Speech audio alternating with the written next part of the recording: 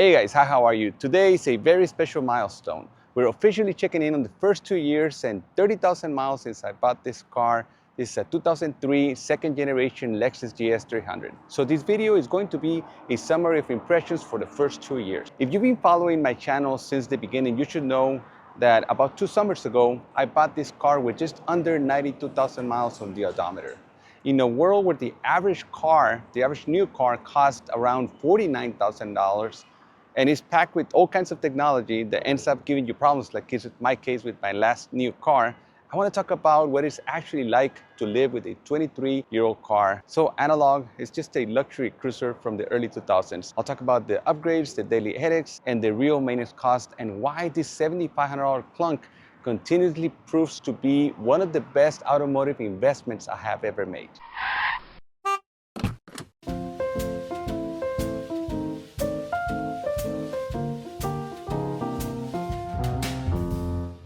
To understand why I love this car, we had to look back. Before this, I was driving a 2007 Acura TSX and I loved that car, but after 2 years of ownership, I feel like I needed an upgrade. It needed a paint job, it had high miles, and it was just a front-wheel drive vehicle. And I just wanted to experience all the cars that I couldn't afford when I was younger, and the second generation GS was one of them. So I hopped on Auto Trader and I found this garage-kept, low-mileage beauty in Palmdale, California, about 3 hours away. So I sold my Acura for about $4,500, and with that money and a little bit of savings, I funded the purchase of this GS. I'm happy to announce that I'm the proud owner of a 2003 Lexus GS300. This was at the time my fourth Lexus and my second used one. It features the very last inline six-cylinder ever offered in the GS lineup, and it makes about 220 horsepower and about 220 pound-feet of torque. At least it did when it was new. Now, when I first got it, it was completely stock and it handled like a boat, and the stock wheel gap looked completely utilitarian. I knew I had to fix the stance. Almost immediately, I dropped about $3,500 on wheels, tires, and suspension. I upgraded to these 18-inch F-Sport dark gray wheels wrapped in Firestone tires, paired with a slightly firmer aftermarket suspension to get rid of that massive fender gap. I said then that the silver body with the dark gray wheels created a 50 shades of gray monochromatic look, but it has completely grown on me. Surprisingly, changing to a shorter sidewall profile tire didn't ruin the highway comfort. The ride is firmer, yeah, but over the last 30,000 miles of road imperfection, it has brought out a couple of minor interior squeaks and rattles. But for the aggressive aesthetic improvement, it's worth every single penny. And let's not forget that when I got it, it needed suspension work, so I figured since I was already spending money on addressing the suspension, I should upgrade to an adjustable aftermarket suspension in the process. But let's be fair, no car is perfect, and living with a vintage premium sedan means accepting some definite quirks. I made a video in which I talk about the things that I hated about this car, but honestly, in time, I've tuned out most of these issues. For example, the lack of an infotainment system. With my Acura, at least that one had an auxiliary port, and with this one, I'm forced to use an FM transmitter to listen to my iPhone. Also, the lack of a rear-view camera. To me, the lack of a rear-view camera is no big deal since I'm used to the absence of one in my E30, but I think the car has less blind spots, and a camera does come handy when I'm trying to park. A horrendous fuel economy. This engine paired with an older 5-speed automatic transmission is thirsty. On the highway, I can pull maybe 25 to 26 miles per gallon if I keep it steady, but in the city, it drops to about 14 to 15 miles per gallon. And it's like the old joke. It's a 6-cylinder that is as slow as a 4-banger, but it drinks gas like a V8. The cargo capacity is limited because those rear seats do not fold down and the trunk opening is very narrow. And the rear wheel arches along with the strut towers take up a ton of space. I also mentioned the lower control icons do not glow in the dark. Sometimes I open the gas cap instead of the trunk because I'm just operating on muscle memory in the dark. And the material selections. While the leather seating surfaces are incredibly soft, thick, and durable, the dashboard and the indicator stalks feel very, very cheap, I would say, economical.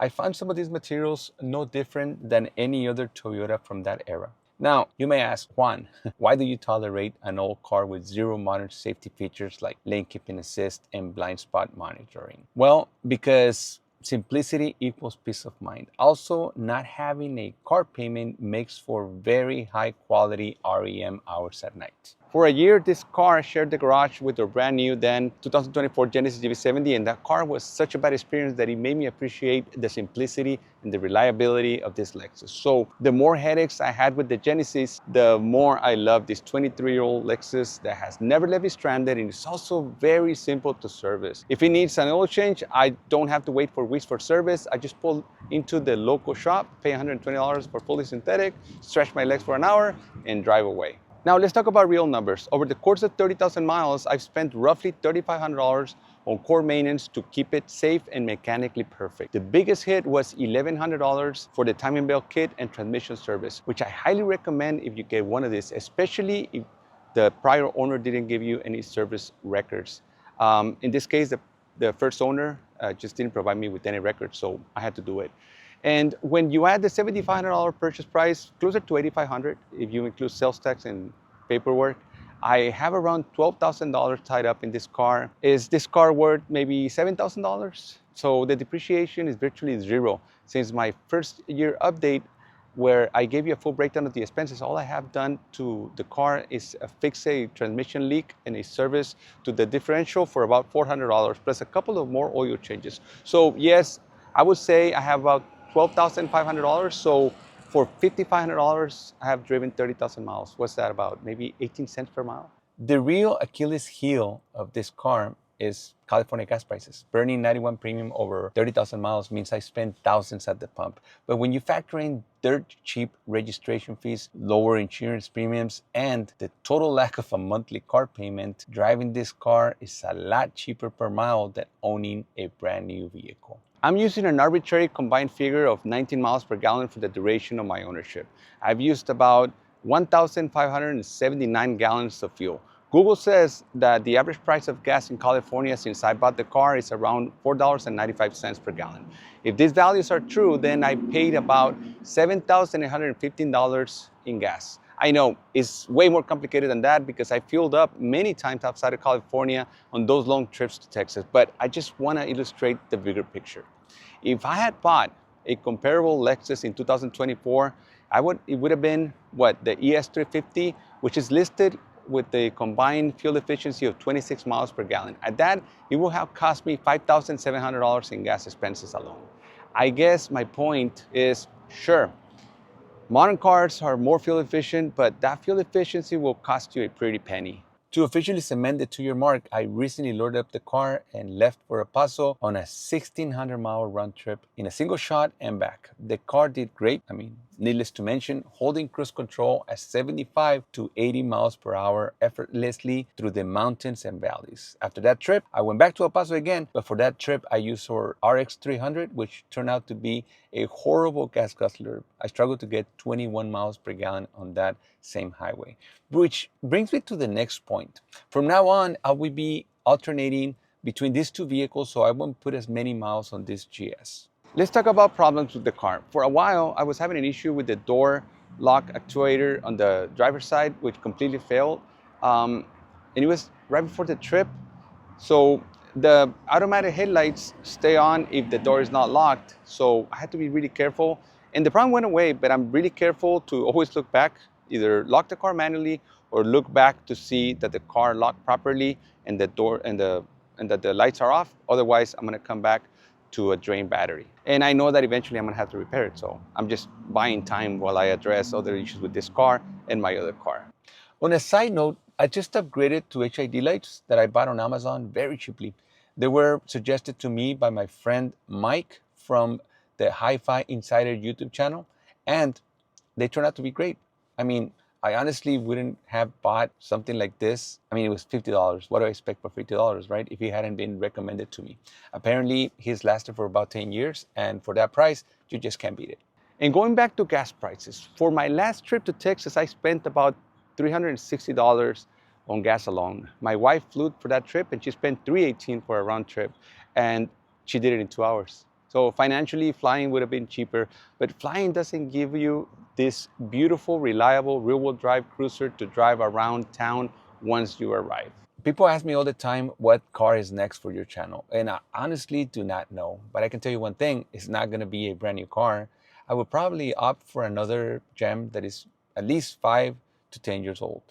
These older cars look great, they're highly interesting to own, and they possess a raw character that modern automotive appliances have lost completely, at least in my opinion. And some of you have asked me in the comments if I recommend a car like this, and that's a yes and no.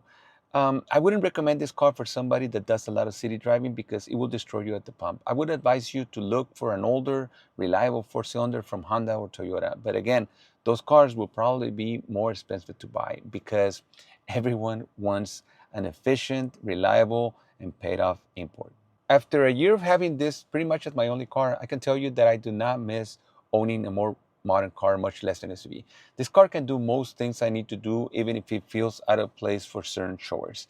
For those times when I need the extra cargo room, like picking up family from the airport, I'm currently restoring my newest acquisition, a 2003 RX 300. If you're looking for an affordable, incredibly reliable daily driver with an iconic engine platform, the second generation GS is an absolute steal. That is it. Thank you so much for watching. If you enjoyed this long-term update, please hit that like button. Leave a comment down below letting me know what do you think about my aftermarket setup, all the money that I spent on the car, and also maybe consider subscribing for more car-related content. My name is Juan Carlos, and I'll see you next time.